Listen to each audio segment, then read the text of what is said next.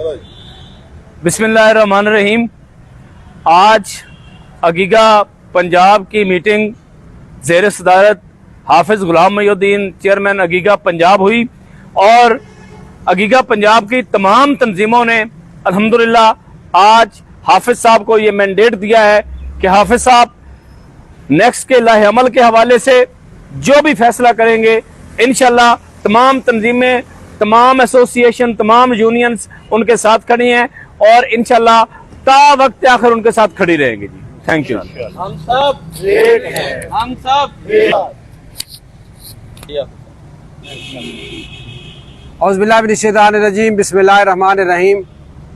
आज फैसलाबाद में अगीगा पंजाब की एग्जीक्यूटिव काउंसिल की ये मीटिंग हुई और तमाम तंजीमें जो अगीगा पंजाब के साथ मुंसलिक हैं सब ने भरपूर तरीके से इसमें शिरकत की और 16 जून को जो फ़ैसला किया गया कि अब हुकूमत के सामने जो एहतजाज है वो मुश्तरका तौर पर किया जाएगा और मिलकर यक ज़बान होकर और पूरी ताकत के साथ अपने मुलाजमीन के हकूक़ की जंग लड़ी जाएगी।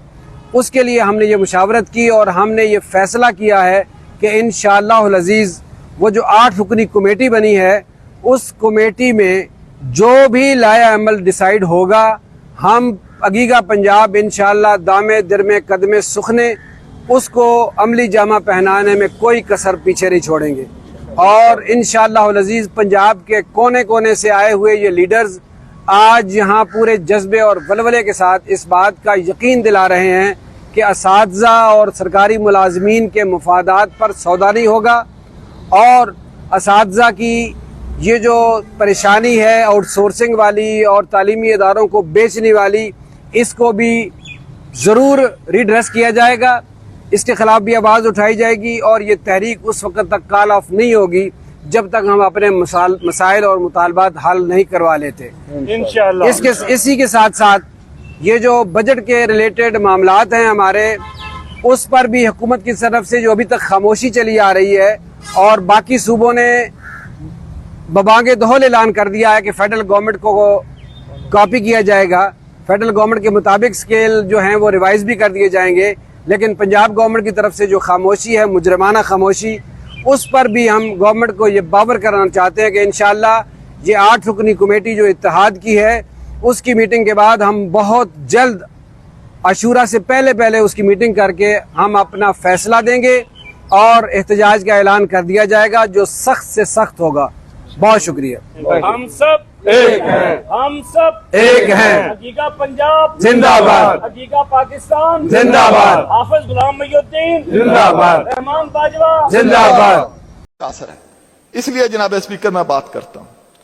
जनाब स्पीकर, बड़ा फख्र के साथ कहा, मुझे बड़ा अफसोस है कि हमने 1 लाख असामियां गैर जरूरी खत्म कर दी।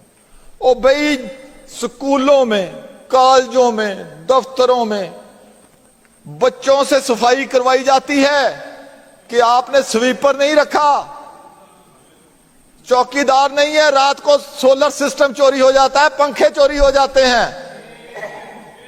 जनाब स्पीकर, दरख्त सूखते हैं, माली नहीं रखे, और जब आपने भर्ती नहीं की तो वो असामियां कहां से लोग आ जाने थे। ये छोटी छोटी नौकरियां जो गरीबों के बच्चों को मिलनी थी वो आप खत्म करके हातम ताई की कब्र पे लात मार रहे हैं और इस पे फख्र कर रहे। और ये फिगर जो वजीर आला को दिए जा रहे हैं कि हमने इतनी नौकरियां दे रही, ये कागजों में है। ये वही लोग हैं जो इधर उधर काम कर रहे थे। ये फजंग है जनाब स्पीकर। तो जनाब स्पीकर, मुलाजमों की जब हम बात करते हैं, सरकारी मुलाजमों की बात करते हैं, ये पंजाब पाकिस्तान का हिस्सा है। इसके मुलाजम को डिस्पैरिटी अलाउंस क्यों नहीं मिलता? वफाक में मिलता है, सिंध में मिलता है, यहां लीव इनकैशमेंट क्यों नहीं मिलती? जनाब स्पीकर, आज जो बंदा रिटायर हो रहा है, जो 1 साल पहले रिटायर हो गया, उससे कोई 40% कम पैसे उसे मिलते हैं, और अगर इसको इन्फ्लेशन से मिला लिया जाए तो वो 10-20% लोग जो हैं उस 10-20% टोटल उसे मिलता है जनाब स्पीकर। यहां जो हमारे पॉलिसी साज हैं, ग्रेड 1 से 20 तक वो तमाम लोग जिनकी बैरून मुल्क नेशनलिटियां नहीं है, जो डुअल नेशनल नहीं है, वो सारे परेशान हैं कि हम रिटायरमेंट के बाद कहां जाएं। हम तो घर का किराया नहीं दे सकेंगे, हम बच्चों की शादियां कैसे करेंगे। तो ये सारी माली मामलात पंजाब में आ गए हैं, ये बाकी सूबों में नहीं है, ये वफाक में नहीं है, वहां सब कुछ मिल रहा है जनाब स्पीकर। और आज पाकिस्तान पंजाब का जो सरकारी मुलाजम है वो बहुत परेशान।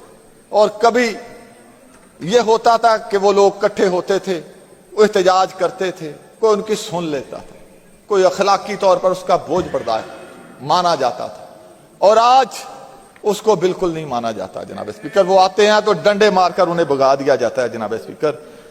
जनाब स्पीकर, मैं ब्यूटिफिकेशन की बात की जनाब स्पीकर, मेरा फिर तजद खातब हमारी आमला होगी जनाब स्पीकर। मेरे शहर के एक बाजार को ब्यूटिफिकेशन के नाम पर वहां करोड़ों रुपया लगा। अब वो दुकानदार कहते हैं कि ये ब्यूटिफिकेशन हमारे पेट में रोटी नहीं डाल रही, हमें तो रोटी नहीं मिल रही। दुकान मसाइल को हल किया जा सके। इसी तरह मुलाजमीन के लिए यहां तनख्वाहें में सिर्फ 7% इजाफा किया गया, जो बड़ी शर्म की बात है। महंगाई का आलम देखिए कि क्या इस महंगाई में सिर्फ 7% महंगाई बढ़ी है, या 7% तनख्वाह बढ़ाने से उनके अखराजात पूरे हो जाएंगे। इसी तरह पेंशन का जो हाल इन्होंने किया 3.5%, इनको बढ़ाते हुए भी शर्म नहीं आई, भी 3.5% कोई तुक बनता है।